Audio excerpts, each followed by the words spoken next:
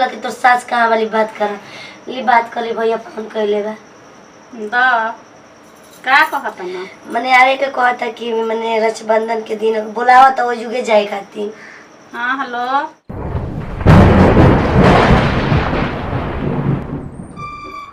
हाँ भैया गोला तने। हाँ वो सब ठीक बनी अपने सुनावा। आज सात हमारे जुगे वाली अच्छा कोनी कब आवत ला मैंने पूछे लन का ची कब आवत नहीं मैंने का करे तू नहीं कह जाना कि पर मैंने परब हटे आज बहन के रक्षाबंधन के दिन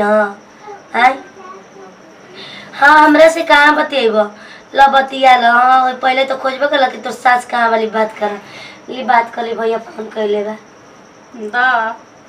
का कहता ना मैंने आवे के कहता कि मैंने रक्षाबंधन के दिन बुलावा तो वो जुगे जाए खाती। हाँ हेलो हाँ बच्चा अब तो ही लोग के मर्जी बा कि अइबा जा कि ना अइबा जा। अभी तो राखी बने बने कहत ली कि हम जाई। हाँ अब तो ही लोग न जानबा जाए तो लोग तो फोन करत करत आदमी हैरान हो जाए ना तो लोग तो समझे ना यही जे आके न राखी बनवाला जाए के समय नहीं खे। हाँ ना हो समय नहीं खे यही जे आ जा लो अपन ढेर बात कर।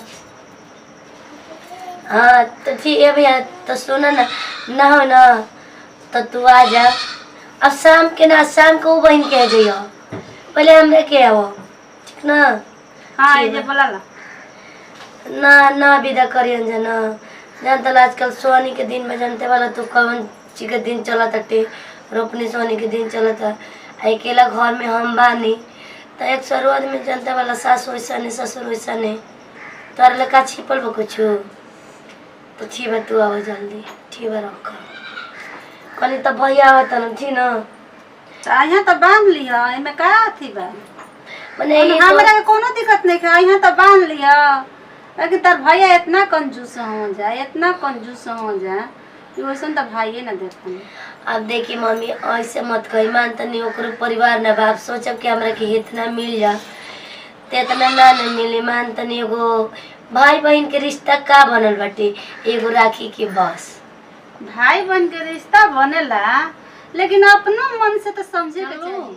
तो हमारा भैया के देखल बड़ू ना हमू तो राखी अपने नैहर जानी बांधे तलार देखी रार भैया में हमने के अंतर अब देखी मम्मी जी अपना मेरा औरत सोच जाए कि मैंने हम मिल जाते ना कहाँ रह भाई 5 गो तो 5 घर से मिलेला कहाँ हमारे भाई मने एगो जतन बाजार ले रख ले ना 6 बजे जातन तन्ने अपना से बढ़िया से लेके आए मैंने अच्छा रखी ठीक बा ठीक बा ठीक है ऐसा नहीं तो सास वाली कंजूस खाली सोचा था यही ना कि कितना में सोचला घर परिवार में सोचे के चाहिए कि चलो गरीब के लड़की गरीबी है अमीर के लड़की अमीर ही है मान नहीं कर भाई थोड़ा गरीब घर के लड़की भी है तो मैंने वैसा करी कराज पर त्योहार के दिन बुझा मत ठीक है देखो तनी कैसा लेके आओ सुन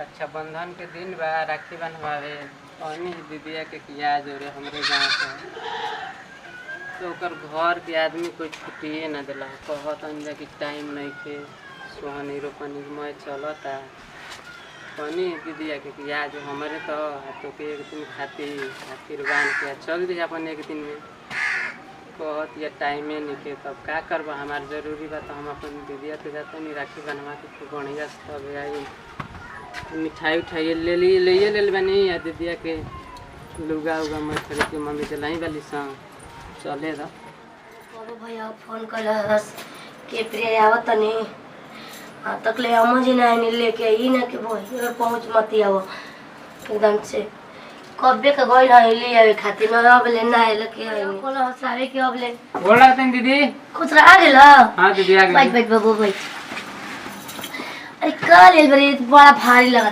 टे ओ मम्मी साड़ी किन के देले बढ़िया ए बाबा देख ना तोनी के मान तनी बूढ़ी से चली ना कि का धनी मनी मने लेके आओ सन गहना गुड़िया कुल लेके आओ सन अब बताओ हमको उतना कहाँ घूम के लेके आई जा। हाँ हम तो कहते रहने कि दीदी हमरा तागु रहती एक दिन खातिर। लेके आ गनी। हाँ हाँ बोला ले। गोड़ लगता नहीं। अब ते आते बाबू। खुश रह बच्चा। आगल वाला का? हाँ आगल बनी। अभी आइबे कहीं बाबू पानी उन पियातन जी ना। ठीक बा। रखे लेके चल चले जरा जा। पानी का पीबू एक के हाल राखी बांध पानी उनी कुल हाँ पिया दीदी किया ठीके कहता ली। नहीं पानी पी लो। नहीं एक हाली रख। एक के हाल सब कुछ देखा कितना सुंदर राखी तार भैया के लिए बनी। 200 के राखी खरीद ले हैं। बढ़िया रखे बा दीदी। ठीक बा ना? पसंद बा ना? पसंद है। हाँ खिया पिया दा बढ़िया से। अरे कुल सब ठीक बा ना? सब ठीक बा बच्चा। अपने कहा सब ठीके बाटे। हम यही से कही ना कि हमने घर से समय ना मिलेला तो वैसे कहने कि भैया के बुला लो। चले ठीके बा कोनो बात नहीं कि कोनो दिक्कत हम नहीं तो है ना? बाहर है ना रनी गौवा पर तो कहनी चलो दीदी तो राखियो की बनवा लो। चलो भेंट मुलाकात हो गईल। हाँ राखी बनवा वो तो जा दे। जाए के नहीं के नहीं बेरा। जाए के बा हमके। हाँ हो तर तो जाए के बा बड़की दीदी तर जे बना। हाँ हाँ ई ना बुझाला कोपो ना रहला ना हमरा के कभी भी। हमारा पास अभी टाइम नहीं है दीदी जाए के बा बड़की है दीदी तो। हाँ हम पर टाइम ना रहला ना। कनी पानियो पीला तो पानियो ना पियला हन।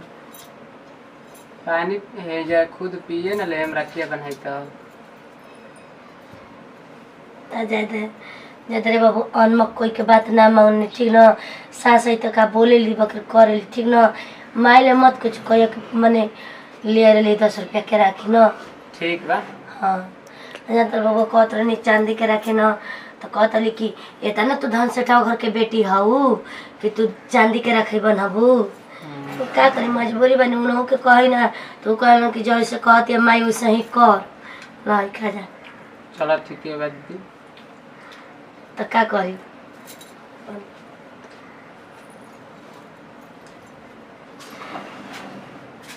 का हो बांध ले लू रखी अपने भैया के। हाँ बाल लेने तार भैया बड़ा ना सुंदर लागता ना हो। तो क्या कर भैया के बेरा रख। ना ठीक बा दीदी हम अब जाएं।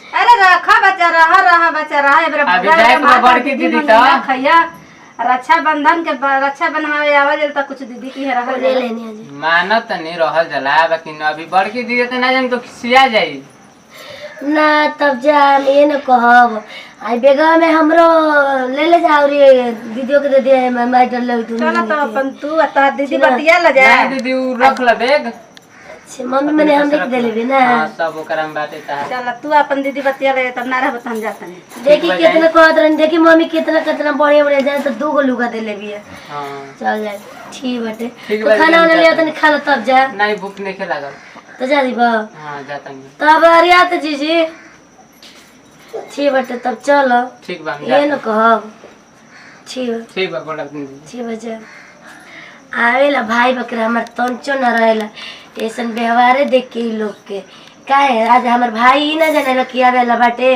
तो घर छोड़ के पहले ही निकल गनी कि एकर भैया बता तो ढेर खर्चा हो जाई। अरे भाग जाई भागला से देह ना छुट्टी जान भाग के का करब।